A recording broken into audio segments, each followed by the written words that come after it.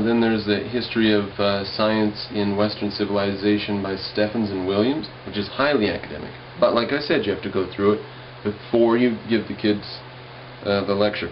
Here are a few technical books that we use.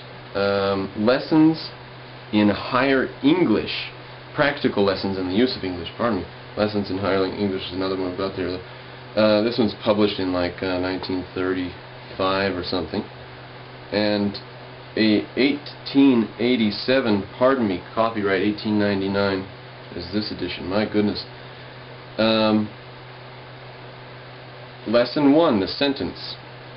It tells you what a sentence is. It's capitalized at the beginning and period and commas, period or punctuation at the end.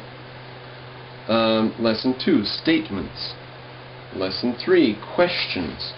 Lesson 5, a picture lesson. You figure out some stuff from the picture. Well, by the time you're at lesson, and it's all in Roman numerals.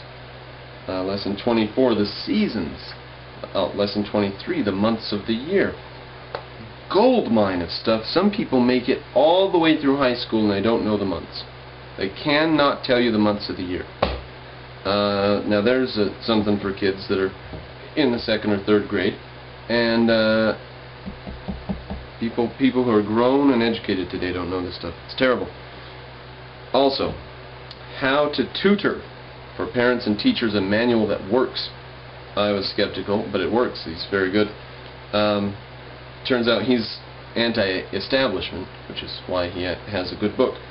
It's got a lot of good stuff in here. I just open it and we do a spelling quiz for cash. And I just go page to page and trick the kids and, you know, see if they know the EA and the A with an E at the end or stuff. Okay, higher lessons in English, that's a good one too. Reed and Kellogg, 1909. Strunk and White, The Elements of Style, again for your use. Foster and Stedman, Writing and Thinking. This is a college textbook, again for your use in guiding the kids. Step-by-step guide to correct English. Just happened to get it for like 10 cents at somebody's yard sale, but it's got some good things in it. Oh, and here was the History of Science in Western Civilization by Stephens and Williams. School Arithmetic by Samuel Hamilton. This is a good one. This has got exercises in the Roman numerals. This is the book we were going through lesson by lesson where I taught them the Roman numerals. Because in 1907 and 1909, when this was published, that's what you taught a kid. Essentials of Algebra, first course, Heart. Now the first 20 pages of this are just a tour de force. They just put you on graphs and formulations and everything, exponents,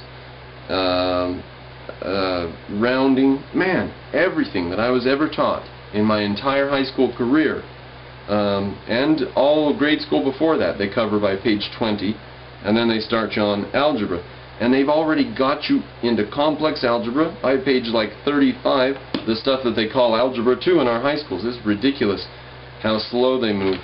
You know, it wasn't 100 years ago we were moving so much faster. 1941, and it's just ridiculously, astoundingly, advanced compared to the stuff that they teach in an algebra course today. Anyways. Those are some of the books I use. I don't have lesson plans right now. I hope to someday.